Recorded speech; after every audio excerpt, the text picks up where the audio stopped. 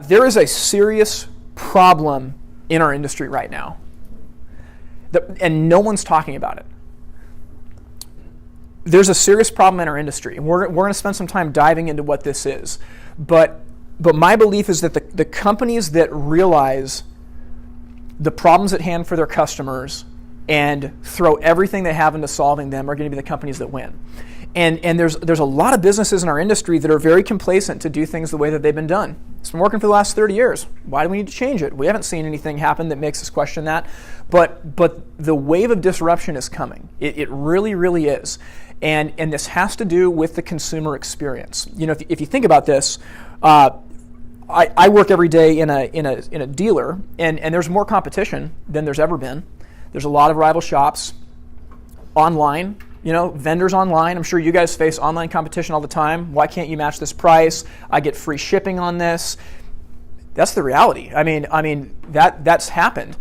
Advertising and marketing has completely changed. I mean, I look at our trade show magazines, you know, every month, and I am dumbfounded at the marketing dollars that companies are putting. I know that they're spending thousands of dollars for these ads they're stupid. They don't make any sense. I can't believe they convert any business. And the rules of marketing have changed. I mean, we've all seen our consumer behavior habits change with Facebook and Instagram and Amazon and Uber. I mean, we can all raise our hands here. Has anyone in this room not ordered an Uber? No one? Sue? One person? So everybody in this room, if I'm understanding you guys right, that means that everybody else in this room at one time or another has dialed a stranger on the phone, gotten into their car, and let them drive to know where they live at their house. And we think it's totally normal. Would we have ever said that 15 years ago? And now, like, we let Uber pick up our kids from soccer practice and to drive our kids home to make sure it's safe. Right? We have them get in a stranger's car to go drive your kid home to your house because that's the safe thing to do. Now, I'm not debating this because I use Uber all the time. But the fact is, our consumer habits have radically changed. And we have to be really, really aware of that because we have not been disrupted yet, but it is coming. And the companies that can take advantage of this have ridiculous opportunity. Okay, so on that note, things have changed, and the consumer experience has changed, and frankly, not many companies in our industry have thought about this and are putting everything they have into changing what they do. You know, if you think about this, Amazon and Uber have changed the game for everybody. Now, for me in the day-to-day, we have 6 showrooms, 2 of them in Portland and 4 of them up here in Seattle. We're held to the same standard as Amazon and Uber. I mean, and Netflix and everything. When someone comes in to get a fireplace, what do you mean it's going to be 4 weeks to install it? I mean, I can go on my phone and have a pound of bacon delivered to my house by a drone in 48 hours. Why is your fireplace any different than that? And so, like it or not, the consumer experience of instant gratification has raised the bar for everybody. And what has happened is that speed and convenience have become the new expertise. And that's really tough in an industry where the expertise used to be, well, I've got the most BTUs, and I know all the clearances to combustibles, and I know this, that, and the other. And what's happened in the consumer experience is that we still need to know that stuff, but customers just don't care about it. They don't care that, well, I don't care if they know more than the next guy. Who can get it in my house the quickest? Who's the easiest to do business with? That's who I'm going to buy from. So that's changed. Obviously, the rules of advertising are totally, totally changing. So laying my cards on the table, so at Fireside, I've been in my role now, so I've been in the company for 5 years. I've been 3 years in my new role. And we made a decision about 3 years ago when I came into this new role that we were going to cut our marketing budget by 90%. We felt like we were wasting so much money, it wasn't even funny. And so we cut our budget by 90%. And that year we grew 15%. The year after that we grew 40%. And we're on pace this year to grow 20-ish% up above that. And what we have found is that the rules of marketing advertising, they just changed. And it doesn't mean that, you know, TV doesn't work or print doesn't work or, you know, that stuff still can work, but the rules have completely changed. And that goes along with how, you know, everything works now. You know, all of us, if given the opportunity, will fast forward through the commercials on our TV. No one wants to watch the commercials, right? And so that says something about TV advertising. Not that it's inherently bad and not that you can't make it good, but you're fighting a barrier that we've never had to fight before. And you know, if something happens and there's a miracle of God where you can't find the remote control and you know you have to have the commercials on, you know, you've got an attention deficit device in your pocket that's in between your face and the TV, like the second that the commercial comes on. And that's just, we can all measure our own consumer behavior and know that, man, that changes the way that you do your advertising and your marketing. And then the last thing is that every company is fighting for relevance with that. We live in a super, super busy world, don't we? I mean, do any of us have extra time to do things? No one's got time. There's always another email. There's always another meeting. There's always another fire to put out. And with that, you know, you think about the amount of spam emails that you delete on a daily basis. And think about, like, all these companies are trying to get to you. They're all trying to advertise to you, and you're just hitting the delete button. Because what happens is, the way that our brains are wired is that our brains are made to do two things: survive and thrive and conserve calories. That's what our brains are trying to do. So when we're blasted with all this stimuli from all over the place, our brains are always thinking, is this going to help me survive and thrive? And if not, I'm zoning it out because I need to conserve the calories that I need to survive and thrive. And so every company now is having to fight for relevance. But the beauty of this, I mean, I'm talking about this like, you know, we've been totally disrupted and like it's negative.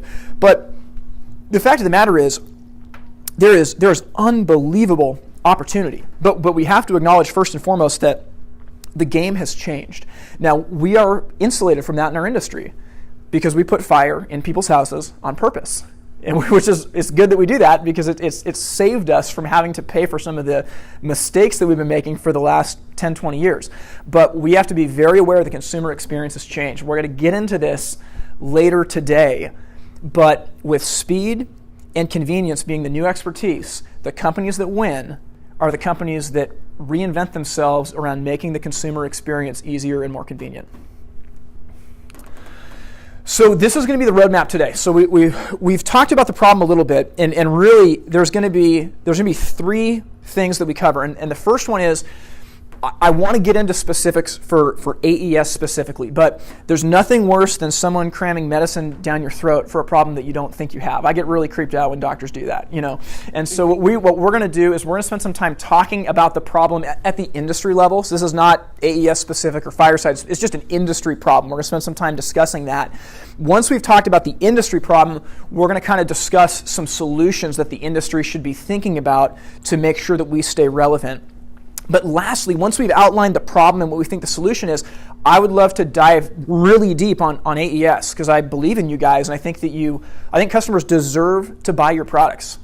I truly believe that.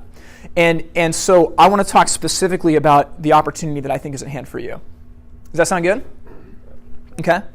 Now, if you guys say no, that's the wrong answer on the test. I'm going to go back and say all that over again. Okay. I want to start with an inspirational quote that I found. Buying a fireplace is confusing and difficult. Did you guys see who said that? Said everyone always. Buying a fireplace is confusing and difficult. Is there anyone that disagrees with that? No one? No one? But on our end, it's not. But on a consumer's end, when they're handed 1,000 brochures, what am I supposed to do? Mario, that is exactly right. You just stole my thunder. Sorry. No, yeah, I'm so glad that you went there. Would you like it back? Yeah, you passed the test. You are absolutely right. Buying a fireplace is difficult and confusing. You know, if we think about the customer journey, your average customer, their journey starts with navigating and understanding a manufacturer's difficult website. It's the first step. Now, we might think manufacturers have good websites. They don't. If you know what you're looking for, then you know that can be okay. But imagine you're a consumer. And you jump onto, you know, whatever manufacturer you're going to go to, and all of a sudden you see something about zero clearance fireplaces versus inserts. And they talk about framing specs and BTUs and sealed combustion and intermittent pilot ignition systems. Does that help you as a consumer? There's no language. It's speaking Greek. I mean, there's nothing that they even have in their repertoire to understand that, and we think it's totally normal. And that's how our manufacturers build their websites. So the consumer gets confused on a manufacturer's website for a while, and then what happens is they go to a local dealer's website, and the local dealer's website is even worse than the manufacturer's. So it's crazy. You know, with that, there's all kinds of confusing insider language. And we've all been guilty of this, right? How often when a new hire comes in, do you have to correct yourself because you're saying, oh yeah, well this is a ZC can and it's just a punch out right up the back and you'll just put the wall thimble right there and you have to go back and explain everything to the new hire? I've had to do that a lot. Have you guys had to? Mm-hmm. Yeah. And what happens? Like, eventually after 6 months or a year, the new hire gets it and they start, speaking the language. But for a consumer that's buying the products, they don't have 6 months with us to spend every day in the truck or in the office. They don't know what we're saying. There's really a lack of clarity regarding what options are going to work for them. So again, pick your manufacturer, pick your dealer, go to the website and click on fireplaces. Which one's going to work for me? What's the price? They all look the same. And that's just par for the course. And then there's a lot of Stone Age businesses that really don't have much help. I mean, I lay my cards on the table here. I used to work for my father-in-law, and he's a great guy.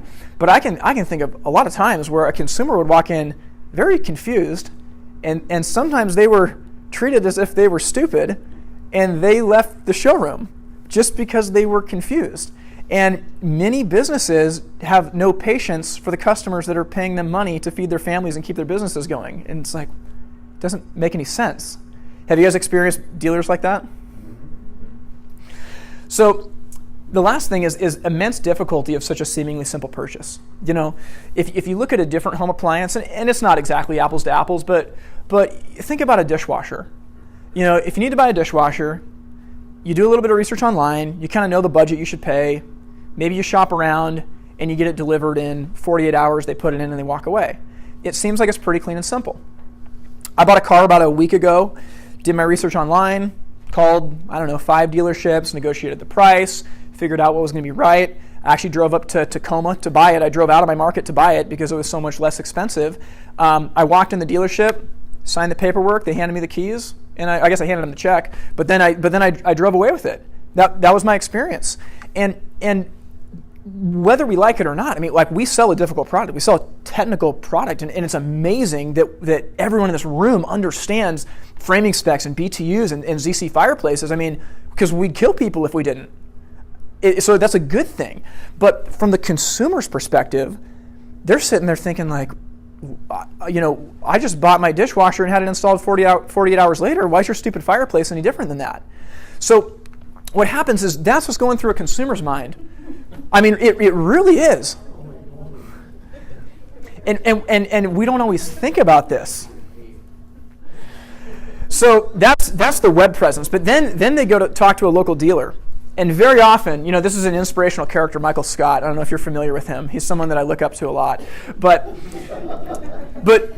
dealers drop the ball. That's all on the web. But now they talk to a dealer by making things too complicated for consumers. So I secret shop all the time. When I'm in Seattle, I try to visit 4 to 6 other competing shops every time I'm up here. And almost always, when I walk into a store, the number one question I get asked, it's not even what's your name. It's, you got a built-in or an insert? And these are like good dealers that spend a ton of money on storefronts and advertising and everything. And like, as a consumer, do I have any basis to answer that question? Do I have a built-in or an insert? Or do I want a built-in or an insert? So dealers generally have no process for a delightful customer experience. And again, this is not to bash on dealers because many dealers, they're good entrepreneurs. They built their companies kind of, by the sweat of their brow, and they're doing the best that they know how. But they have not invested into systems and processes to guarantee a great consumer experience all the time, every time. Many dealers don't nurture prospects. A lot of dealers get leads. They maybe quote the job, and then the quote goes and sits in a dusty bin in the corner. And maybe 6 months later, if a customer happens to come in, and they said that they came in, they're following up on their proposal, the dealer walks over to the corner. Wait, where did that quote box go? Oh, here it is. It's, underneath the coat, underneath the jacket. They blow it off. They look through. Oh yeah, here's your proposal. Okay, we'll write that up for you. It's par for the course with a lot of dealerships. And again, there's a lot of bad communication in general. Not every company is this way, but I'm speaking from some experience here that this is par for the course in our industry. And so consumers, they feel confused, they feel frustrated, stupid, ignored, and like giving up. If any of you guys have worked in a retail environment, you know that this happens every day of the week. The consumers walk in feeling this way. Is that fair, Charlie? Yes, it's very, very fair. Me and Charlie spent some years together in retail, and there's so often customers are coming into your store saying, "I've been to 3 other places. Can you please just take my money and make this work for me?" And it's just the reality that we face. But the reality with that is that we lose more jobs to indecision than competition. We really do. And that's what you guys are fighting with your customers. Your customers are losing more jobs to indecision than competition. They are confusing people out of buying a fireplace, period, rather than do business even with a competitor. And I'm convinced that, I like to pride myself on the work that I've done with my team, and I think our process is good, getting better, and all of that. But I am convinced that when we lose a job, more than 50% of the time we lose it, it's because they've decided just not to do anything. And so that's the problem and the obstacle that you guys are up against, because unless the dealer sells product, you guys don't make money. So you want the dealers to sell product so that they can help make you guys money. It's a really good, symbiotic relationship. But most dealers don't realize this. If you ask a dealer, hey, how's business? And they say, yeah, it's not that great. How come it's not that great? The weather hasn't helped us yet. And, well, this company's selling fireplaces for $500 less. And, name the excuse. But how often does a dealer say, we're not doing as well right now because our process is too difficult, and we're actually confusing a lot of customers out of buying our products. So we're trying to go all in on changing that. Have you guys ever heard a dealer say that? Yeah. So, but that's the fact of the matter. More jobs are lost to indecision than to competition. Now, Mario, you nailed this. That the problem is we all fight the curse of knowledge. We all fight this. And this comes from a guy that actually lives in Seattle. His name's LeFever, and he wrote a book that you guys should all buy. It's called The Art of Explanation. And it is an unbelievable book about communication. And this is what the curse of knowledge is. So I would guess that everyone in this room, if we're talking about being a hearth expert, understanding, again, all the terminology, clearances, framing specs, BTUs, price points, multipliers, how the industry works, on a scale of 1 to 10, I'd say everyone in this room, you're probably pushing like a 9 or a 10. Don's like a 15. But everybody else, we're probably in like a 9 or a 10, right? And that's good, because we're putting fire in people's houses on purpose. We should probably be a 9 or a 10. And so the difficulty that we have is that we try to simplify things for consumers, and we can bring it down to a 6 or a 7. But the problem is consumers buy at a 1 or a 2.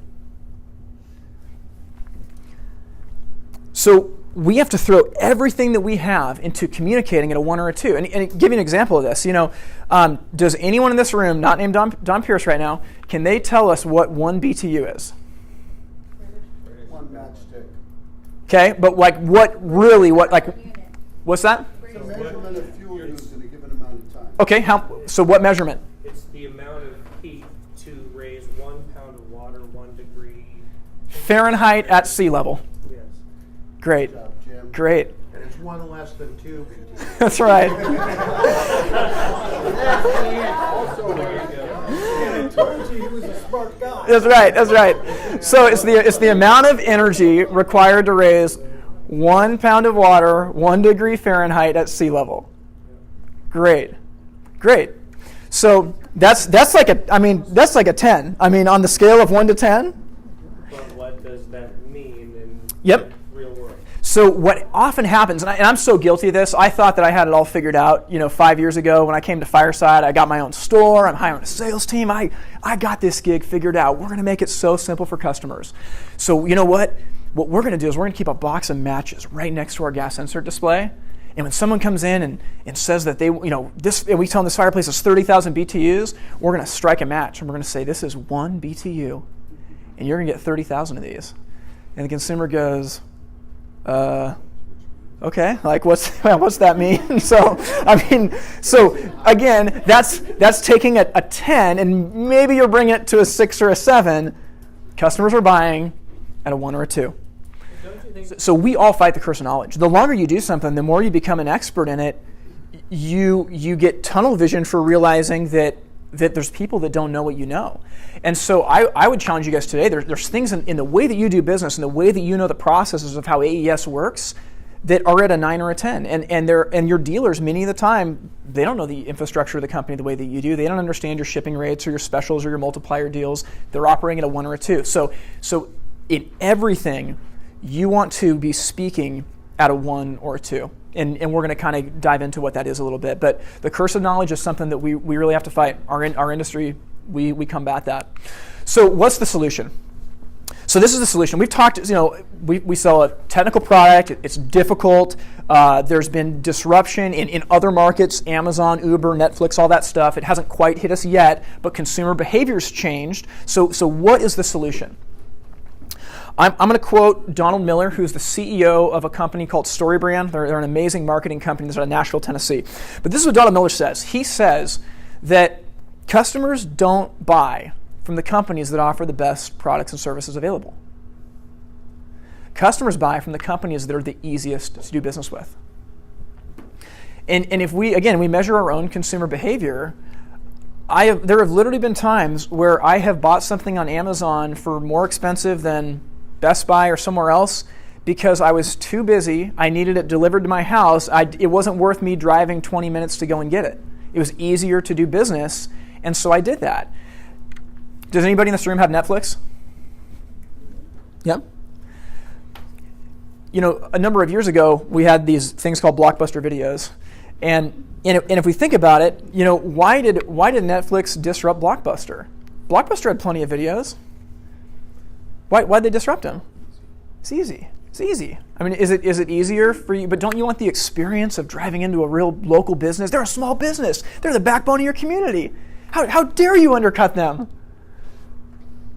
If we measure our own behavior, we don't care. We don't care.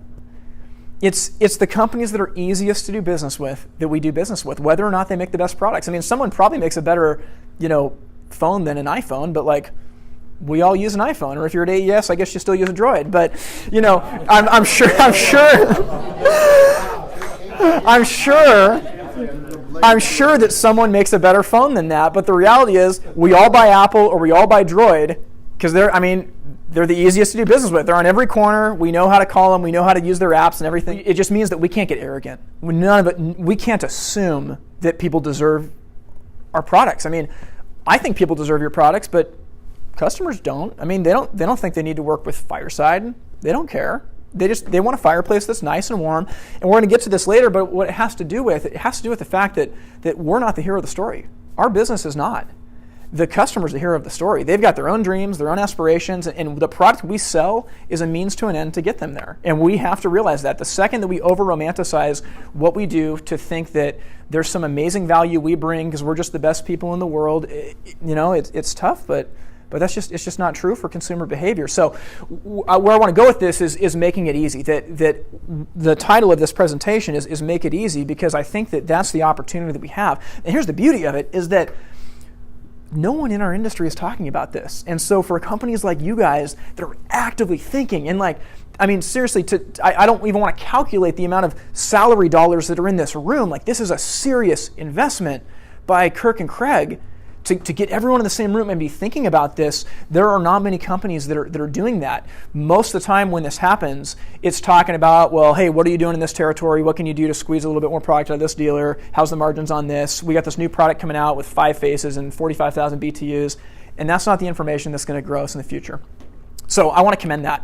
Now, again, we're speaking our industry in general. We're not to AES yet, but I think that there are 3 things in particular our industry can do in general to win in this new landscape of business. And number 1 is to stop being the hero.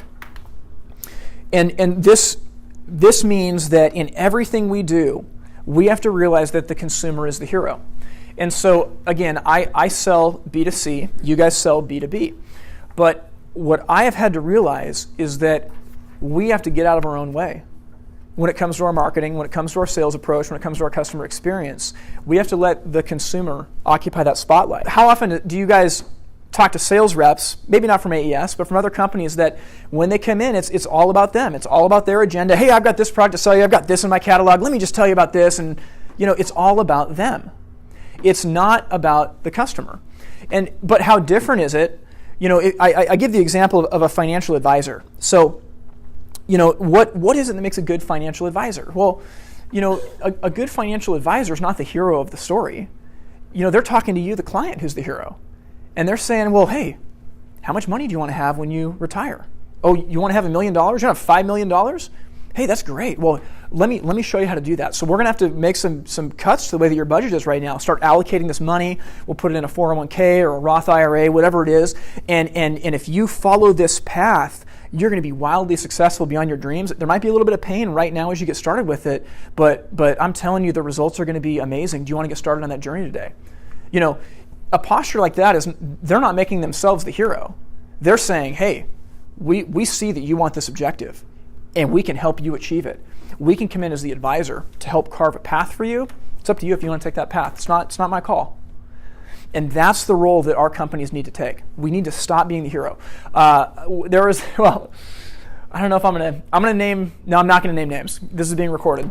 But there's a manufacturer that I think very, very highly of that was talking to me about an amazing marketing piece they were working on. They spent a lot of time and money and effort on it. And they said, Tim, we can't wait to show you this. It's going to be like the front and center display in every showroom. It's going to be amazing. And they showed it to me, and it was like maybe 2 feet wide by 4 feet high. This big thing about, I forget what the tagline was. It was something about like quality that you can trust since 1975. And it's like in 1975, Grandpa Jones started the company. All he had was the American dream and a nickel in his pocket, but he went to work building this company up with brawn. And then in 1980, he built his first wood stove, and then it went through EPA certification in 1988. And then we did this in 2003, and then we did this. And they showed it to me. I said, I would never, ever, ever put this in my showroom. Never. I'd never do it. Because customers, they don't care. They don't care that your grandpa started the company. They don't care that whatever quality that you can trust means. I don't know what that means. I don't have a PhD in philosophy to interpret your statement. I don't, that is making them the hero of the story. What I would rather have is a marketing piece that says, are you cold? Our fireplaces will make you really warm. Buy it here. And here's what it takes, it takes the difference between a big ego and a strong ego. You guys know the difference between a big ego and a strong ego? I'd make a political joke, but I don't want to alienate half the room. But a big ego has to have the limelight. It has to be about them. No matter what, it has to be their show. They cannot handle someone else stepping into that space. But a strong ego is strong enough to say, hey, I'm okay if you take the limelight. I don't need the credit. It's about your success, not mine. There's a difference there, and that's what we have to employ. And you can take that in so many different directions. In our sales process at Fireside, we have a 7-step sales process that we run through, and everything is thrown into us not being the hero. It's not about us. So next is making it easy. Once we've stopped being the hero, we need to make it easy. And with that, we need to remove all the roadblocks of doing business with us. And this has to do with the buying process, with quoting, even with brochures. And when I think about this, one of the best things that we've done at Fireside is that we don't use any manufacturer's price books. Because, I can kind of navigate most of them, but when you open up a manufacturer's price book and stick it in front of a new hire, they may as well be reading biblical Greek. It doesn't make any sense to them. And so what we did is we invested in a really, really stupidly simple, again, 1 or a 2, not a 6 or a 7 or 9 or a 10. We invested in a 1 or a 2 sales pricing tool that allows any of our salespeople that have been there for longer than a week and a half to quote any of our products in less than 5 minutes. Any of them, less than 5 minutes. And we have decided that is worth the time and effort and money that we've put into it because it makes it easy for the customer. And I was joking with Jim about this and with Jessica too a little bit, is that, if you think about the customer journey, this is again industry specific, and we're going to get to AES here in a second, but if we think about the customer journey, the average customer journey starts by getting confused online, with the manufacturer's website, and then they go to the local dealer site, and they get more confused by that. And then they get in the car, and they drive 30 minutes to a showroom. And if the showroom that they go to is anything like mine, they're super hard to find. It's really hard to park. I mean, we have exceedingly difficult showrooms to find. It's actually kind of crazy. And then they hang out for 30 minutes to an hour with a sales team member that hopefully it's a good team member, but they're getting information thrown at them like B-Vent and Direct Vent and everything else. And then at the end of that, they say, can I get a price on this? And the dealer goes, oh, yeah, you bet. Here's a business card for the estimator. Just give them a call. We're right now about a week and a half out, and they'll come out and take a look at it. And as the consumer, you're thinking, why did I drive in here? Okay, so they call the estimator. Hopefully the estimator calls them back. Week and a half later, the estimator shows up on site. Probably a nice person going through their house, answering some questions. As the consumer, you're starting to get a little more excited. Hey, yeah, this is great. I think this is going to work really well for me. And at the end of it, well, great. How much is it going to cost me? Well, I got to go back to the office and crunch the numbers a little bit. We'll be in touch. And then they leave. And so, again, if you're the consumer, you're probably pushing 2 weeks into your journey by the time you even get one estimate, and that's from just one company. And then if you want to shop that price and you go to a second company and you have the same thing, and that's before any money is exchanged hands. That is not an easy customer journey. So we made the conscious decision to be able to quote any customer sight unseen in less than 5 minutes, and we've built a process to do that. And we feel like that has given us success. And people are dumbfounded when they come into our showroom and see us and they say, wait, you can give me a price right now? We say, well, not right now, but if you have 3.5 minutes, I can. The last thing is this, is that we want to give customers a path. And this comes from that company Storybrand that I was citing earlier out of Nashville, Tennessee. And what Storybrand talks about is that when in any new consumer venture, and really any new venture in life, we all face fear of loss or of looking stupid or of making the wrong decision. Have you guys ever felt those things? I mean, we bought our car a week ago, and in the back of my head, part of me is still thinking, like, did I get the best deal on that? We just dropped a ton of money on this. Is it, like, I've had to fight going back to, like, still check the prices for cars, even though I've bought it. We all fight that, right? And our consumers are no different than that. So what we need to think about when the stakes are high, which $5,000 for a hearth product, that is a major remodel purchase for consumers. It really is. And when consumers have no context for what a fireplace costs, what's it take to install it, and everything else, imagine that the consumer is standing at the edge of a river. That's what they're doing there. They're standing at the edge of a river, seeing this roaring water go by, and they're just terrified. They're terrified of making the wrong decision. How do I even jump in? I can't cross that river. What if I can't swim? Is there a life vest? That's all going through their head.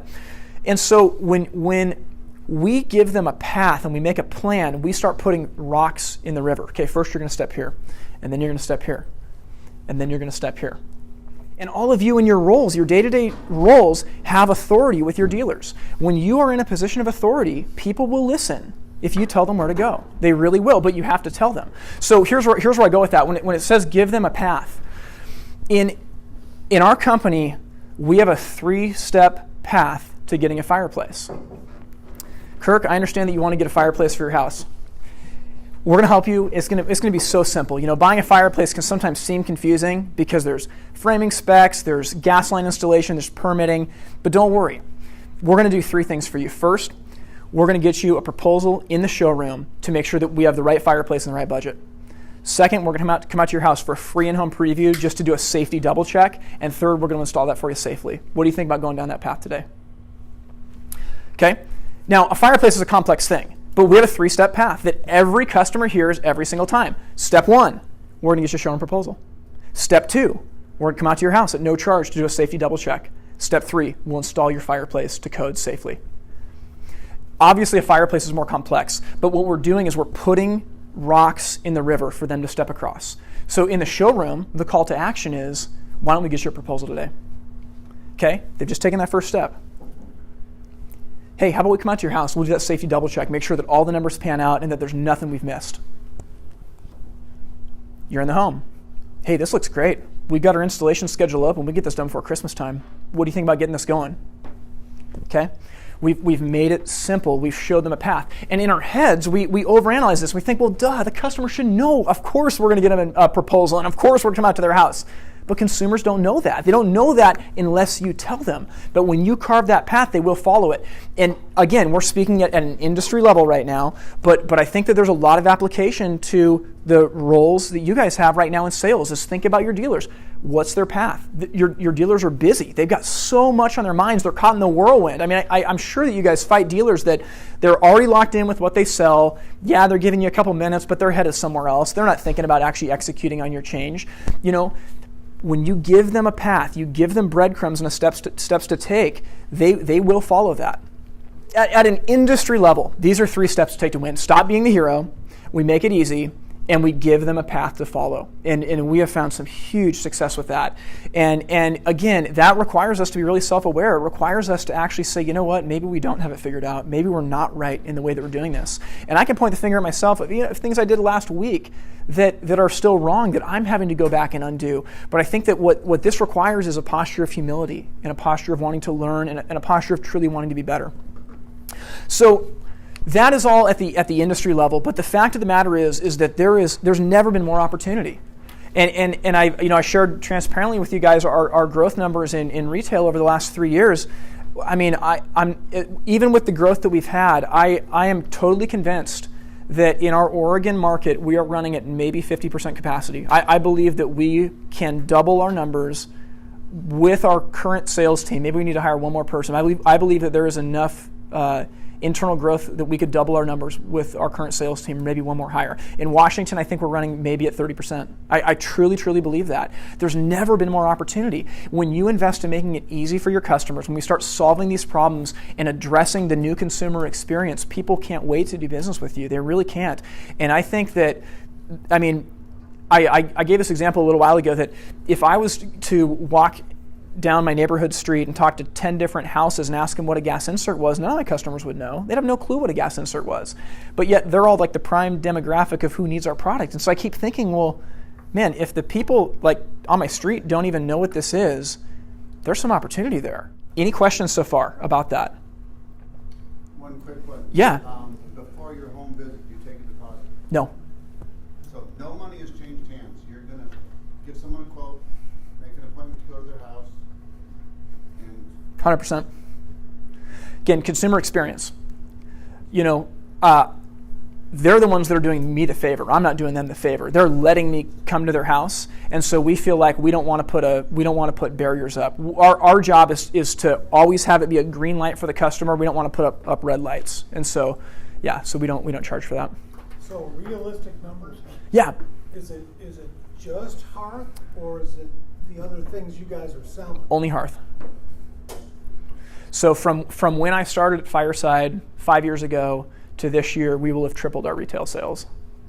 Now, part of that, when I was first hired at Fireside, the bar set pretty low, so it didn't take that much to step over it.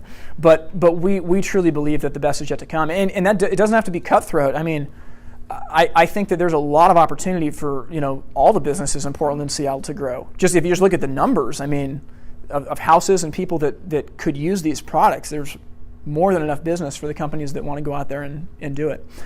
So, okay, diving into this. So, obviously, is there anyone in this room that's not trying to increase their footprint with their dealer base? Everybody is, right? And I'm asking very simple rhetorical questions. I'm not asking any hard questions yet.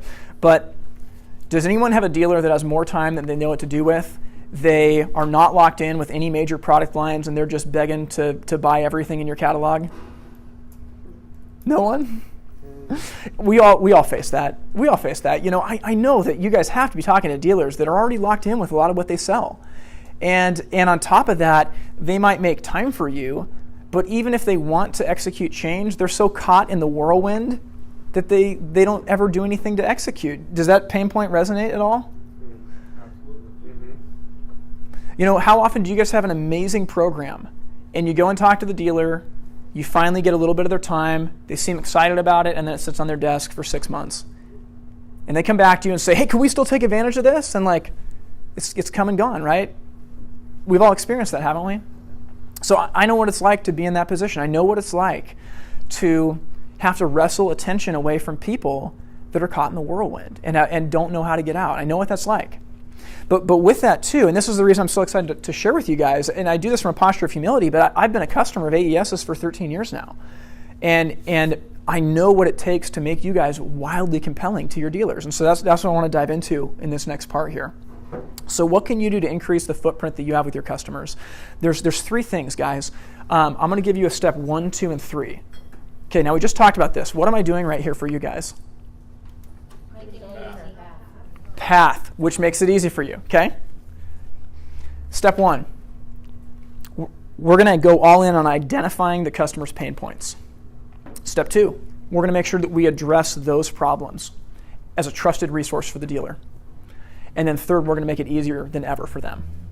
And this is what I mean by that. So, again, with you guys specifically, and I know this has been a lot of me, please start pushing on this, because this is where we can really make a difference in the dollars that go into your guys' bank accounts. I mean, I'm not lying when I say I want our company to throw every dollar they can at AES. I believe in you guys. We love your product, and we love everything that you do.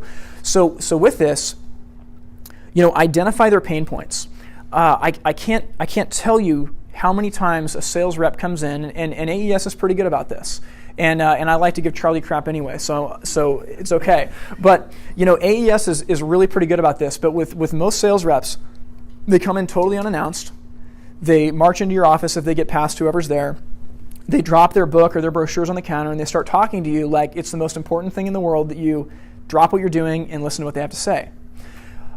This has never happened to me. I have never had a rep come in and say, Tim, I'm in the area. I'd like to schedule some time 3 weeks from now. Do you have anything in your schedule? And I schedule a time.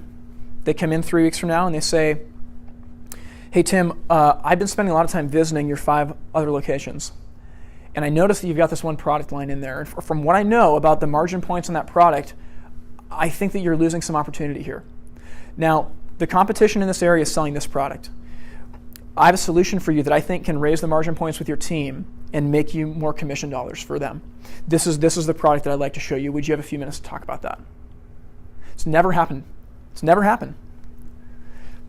Generally speaking, sales reps do not identify pain points of the dealers, and they're shoving medicine down someone's throat for a problem that they don't know that they have. But does that make sense, though, identifying the pain points? It's so easy, and you guys fight it because your catalog is huge. I mean, it really is. Yeah, Rick? I think a really important question is, wouldn't you just ask the guy that you're calling on, what's causing you trouble? What are your needs? I mean, maybe I'm simpler about it.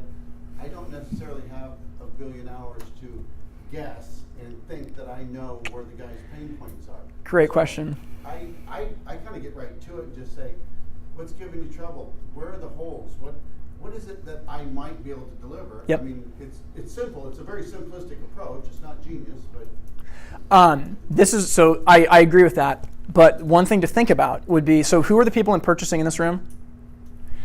Okay. Are you guys busy during the day? Have you ever had 20 minutes to kill on the phone when a random vendor calls you up and says, hey, can you talk to me about I'd love to hear about the problems that you're having. Would you? We won't even pick up the phone. But Tim, nobody goes to a fireside store and expects to see someone without an appointment. That's just a fact. Well, AES is really good about that. But and the fact is, when there's context and relationship built, there is some leeway to say, hey, where are your pain points? Hey, I want to help you out. There's absolutely a place for that. But generally speaking, people are super busy. And again, if you think about the sales process, and I'll tell you guys, for doing this presentation, I made 4 to 5 phone calls to people very familiar with AES to help me understand, how can I give value here? I sent an email to Kirk. I said, hey, what can let me understand, how can I bring some value? I talked to some other people that are good friends of mine, and I said, I want to make sure that I'm coming in from a perspective of value, because if I'm not speaking something that makes sense, there's no point in me being here. And so I think that as sales reps, we have to step up to the plate and do that work for our customers. And that goes really good into step 2. So step 1 is identify the pain points. You can't solve them unless you identify them. So step 2 is address those problems. And with that, throw everything you have into being a trusted resource to help your customer overcome their problems. So, a good example of this would be, there's a great podcast. It's out of the Dallas, Texas area that's called Behind Your Back. And it's hosted by Brad Hartman. He was a former purchasing manager for Pulte Homes.